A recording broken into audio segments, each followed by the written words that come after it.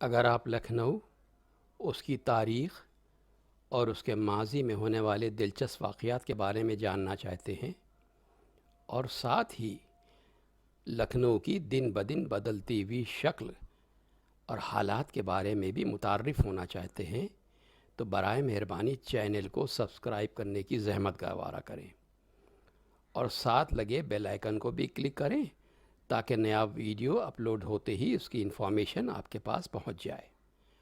شکریہ۔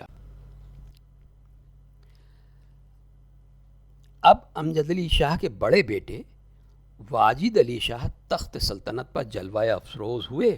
ان کا زمانہ اس مشرقی دربار کی تاریخ کا آخری ورق اور اسی مرثیائی پاسا کا آخری بند ہے۔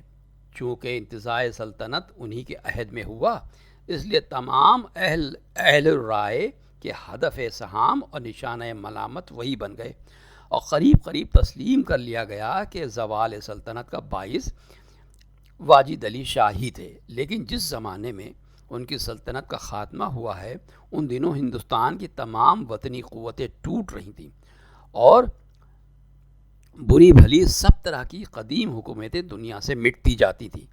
پنجاب میں سکھوں کا اور دکن میں مراٹھوں کا دفتر کیوں الٹا، جو بہادر اور زبردست اور ہوشیار مانے جاتے ہیں؟ دہلی میں مغل شہنشاہی کا اور بنگالہ میں نواب نازم بنگالہ کا اتصال کیوں ہوا، حالانکہ ان میں اتنی طفلانہ مزاجی نہ تھی جتنی کہ لکھنؤ کے واجد علی شاہ اور ان کی سلطنت میں بتائی جاتی ہے۔ مذکورہ چاروں درباروں میں کوئی واجد علی شاہ نہ تھا، حالانکہ ان کی تباہی لکھنؤ کی تباہی سے کم نہ تھی۔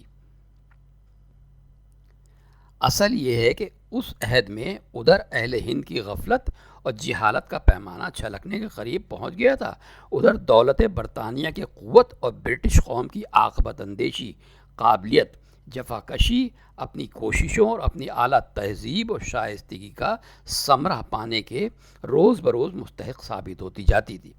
غیر ممکن تھا کہ دانایان فرنگ کی ذہانت و طبائی، خوش تدبیری و باضابطگی ہندوستان کی جہالت و خود فراموشی پر فتح نہ پائے۔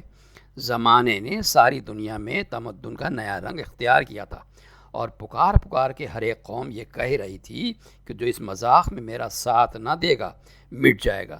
زمانے کے اس ڈھنڈورے کی آواز ہندوستان میں کسی نے نہ سنی اور سب مٹ گئے۔ انہی مٹنے والوں میں اودھ کی سلطنت بھی تھی، جس کے زوال کا بار غریب واجد علی شاہ پر ڈال دینا محققانہ مذاق کے خلاف ہے۔ پابند شرح باپ نے واجد علی شاہ کو بھی علماء کی صحبت میں رکھ کر اپنا سا بنانے چاہا تھا، اور یہ رنگ ایک حد تک واجد علی شاہ پر چڑھا بھی، جو قضائے عمر کے ساتھ زیادہ کھلتا گیا۔ مگر امجد علی شاہ کا اس میں کچھ زور نہ چلا کہ وارث سلطنت فرزند کا فطری رجحان عیاشی اور فنون طرب و نشاط کی طرف تھا۔ اگرچہ باپ کی تاکید سے پڑھنے لکھنے کی تعلیم بھی اچھی تھی، لیکن موسیقی کا شوق غالب تھا۔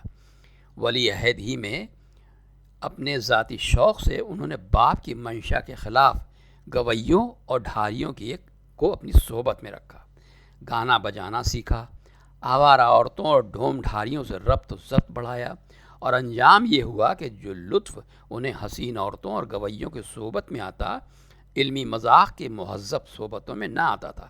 باپ کے خلاف انہیں عمارت کا بڑا شوق تھا، اور ولی عہدی سے ہی انہوں نے خاص اپنی محفل طرب اور عیش کے لیے ایک پرفضا باغ اور اس میں ایک مختصر خوبصورت اور پرتکلف مکان بنوائے۔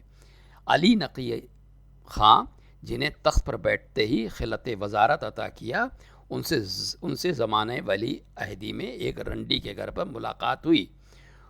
ان کی جو انانہ شوق مزاجی نے مزاج میں درخور پیدا کیا، اور جب مذکورہ بالا باغ اور عمارت ان کے اہتمام میں تعمیر ہو کے پسند آ گئی تو سمجھ لیا گیا کہ وزارت اور انتظام مملکت کے لیے ان سے زیادہ موزوں کوئی شخص نہیں ہے۔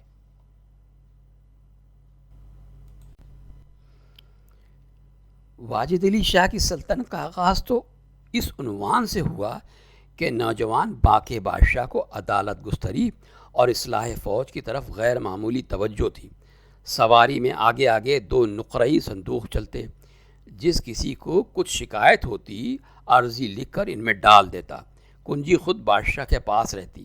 محل میں پہنچ کر حضور ان عرضیوں کو نکالتے اور اپنے ہاتھ سے احکام تحریر فرماتے۔ اس طرح کئی نئے رسالے اور کئی پلٹنیں بھرتی ہوئیں۔ رسالوں کے نام بادشاہ نے اپنی منشیانہ طبائی سے بانکا، ترچھا، گھنگور رکھے اور پلٹنوں کے نام اختری، نادری رکھے۔ خود بدولت بنفس نفیس گھوڑے پر سوار ہو کے جاتے اور گھنٹوں دھوپ میں کھڑے ہو کے ان کی قواعد اور فنون جنگ میں ان کی مشاقی دیکھتے اور خوش ہو کے باکمال سپاہیوں کو انعام و اکرام سے سرفراز فرماتے۔ فوجی قواعد کے لیے خود ہی فارسی اصطلاحات اور کلمات مقرر کیے۔ راست رو، پس بیا، دست چپ، چند باقی جواں حسین عورتوں کی ایک چھوٹی زنانی فوج مرتب کی گئی اور ان کو بھی انہی اصطلاحوں سے قواعد سکھائے گئے۔ مگر جدید عہد کا یہ نقشہ ولی چند روز تھا، پورا ایک سال بھی نہ گزرا ہوگا کہ ایک طبیعت ان چیزوں سے اکتا گئی۔ زمانہ ولی عہدی کا وہی پرانا مذاق پھر عود کر آیا۔ حسین اور آوارہ عورتوں سے صحبت بڑھی، ارباب نشاط کا بازار گرم ہوا اور تھوڑے ہی دنوں میں ڈوم ڈھاری ہی ارکان دولت اور معززین سلطنت تھے۔ بادشاہ کے دل میں اب اگر کوئی علمی اور شریفانہ مذاق باقی تھا تو وہ شاعری تھی، کیونکہ خود شعر کہتے اور شعراء کی قدر کرتے تھے۔ لکھنؤ میں ان دنوں شاعری کا چرچا حد سے زیادہ بڑھا ہوا تھا۔ اکیلے لکھنؤ میں اتنے شاعر موجود تھے کہ اگر سارے ہندوستان کے شعراء جمع کیے جاتے تو ان کی تعداد لکھنؤ کے شاعروں سے نہ بڑھ سکتی۔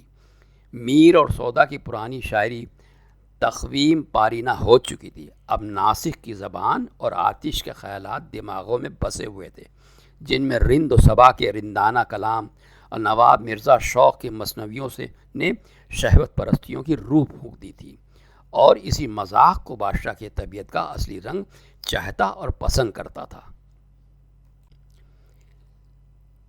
اسلامی شاعری کا رنگ خلافت اسلامیہ کی پہلی صدق تو یہ تھا کہ شاعر ایک خاص عورت پر عاشق ہوتے، اس کا نام لے لے کر اس کے حسن کی خوبیوں اور اس کی اداؤں کی دل فریبیوں کو بیان کرتے اور اس کی طرف خطاب کر کر کے اپنی بےتابیوں اور بے قراریوں کو ظاہر کرتے۔ اکثر چھپ چھپ کر اس سے ملتے، مگر تہذیب اور عفت کے دائرے میں کبھی قدم باہر نہ نکالتے۔ چند روز بعد عرب ہی میں معشوق گمنام ہو گیا۔ عموماً شعراء کا معشوق ان کی خیال کا ایک پتلا بن گیا، جسے رند مشرب تو کوئی حسین عورت یا کوئی خوبرو لڑکا بتاتے، مگر صوفی تھوڑی سی معنوی تعویل کر کے اسے اپنا حسین مطلق یعنی خلاق عالم بتا دیتے۔ یہی سمویا ہوا چھپا ڈھکا مذاق رندی فارسی شاعری میں رہا، اور یہی مذاق اور اس وقت تک اردو شاعری کا بھی تھا۔ مگر نواب مرزا شوق نے اپنی شاعری کو حسین پردہ دار عورتوں پر عاشق ہو کے ان کے خراب کرنے کا آلہ بنا دیا، اور قیامت یہ تھی کہ ان کی مثنویوں کی زبان ایسی خوبصورت، بے تکلف اور شستہ اور رفتہ تھی، اور ان میں عاشقانہ جذبات اس کثرت سے بھر دیے گئے تھے کہ مہذب و شائستہ لوگوں سے بھی بے دیکھے مزہ لیے نہ رہا جاتا تھا۔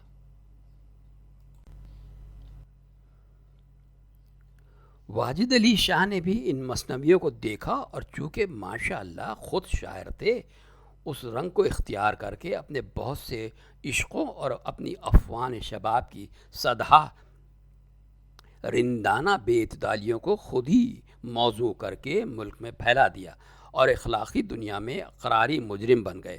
میں سمجھتا ہوں کہ بادشاہ تو بادشاہ، وزیر اور عمراء میں بھی شاذ و نادر ہی ایسے گزرے ہوں گے جنہوں نے اپنے افوان شباب میں اپنی شہوت پرستی کی ہوسوں کو جی بھر کے نہ نکال لیا ہو، مگر واجد علی شاہ کی طرح کسی نے اپنے اس بے شرمی کے جرائم کو خود ہی پبلک کے سامنے پیش نہیں کیا تھا۔ واجد علی شاہ زور میں آئے تو چاہے ہے شاعری میں نہ بڑھ سکے، مگر اپنے جذبات و خیالات اور اپنے کارناموں کو عالم آشکارا کرنے میں نواب مرزا سے بھی 2 قدم آگے نکل گئے، اور یہاں تک ترقی کی کہ بعض موقع پر انہوں نے مبتدل بازاری مذاق اور فحش الفاظ کے استعمال بھی تحمل نہیں کیا۔ وہ کہاریوں، رنڈیوں، خواصوں، محل میں آنے جانے والی عورتوں، غرض سدھا عورتوں پر عاشق ہوئے، اور چونکہ ولی عہد سلطنت تھے اپنے عشق میں خوب کامیاب ہوئے، جن کی شرمناک داستانیں اور ان کی نظموں و تحریروں اور تصنیفوں میں خود ان کی زبان سے سنی اور دیکھی جا سکتی ہیں، اور یہی سبب ہے کہ تاریخ میں ان کا کیریکٹر سب سے زیادہ ناپاک اور تاریک نظر آتا ہے۔ چونکہ عمارت کا بے حد شوق تھا، اس لیے تخت نشی ہوتے ہی قیصر باغ کی عمارت بنوانا شروع کر دی، جو چاہے آصف الدولہ کی عمارتوں کی طرح مضبوط نہ ہو مگر خوبصورتی اور شانداری میں لاجواب ہے۔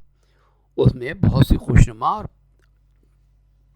پاشان و شوکت 2 منزلہ عمارتوں کا ایک مربع مستطیل رقبہ دور تک چلا گیا تھا، جس کا ایک رخ جو دریا کے جانب تھا غدر کے بعد کھود ڈالا گیا، اور 3 ضلع اب تک قائم ہیں، جن کو مختلف قطاعات پر بانٹ کے گورنمنٹ نے تعلق اداران اودھ کو کے حوالے کر دیا ہے، اور حکم دیا ہے کہ ان میں رہیں اور ان کو اسی وضع میں قائم و برقرار رکھیں۔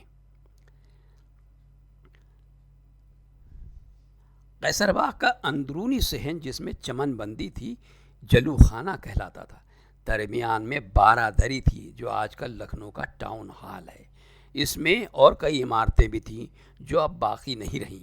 اس کے باہر یہاں سے متصلی بہت سی شاہی عمارتیں تھیں، جنہوں نے اس قطع زمین کو عجوبہ روزگار بنا دیا گیا تھا۔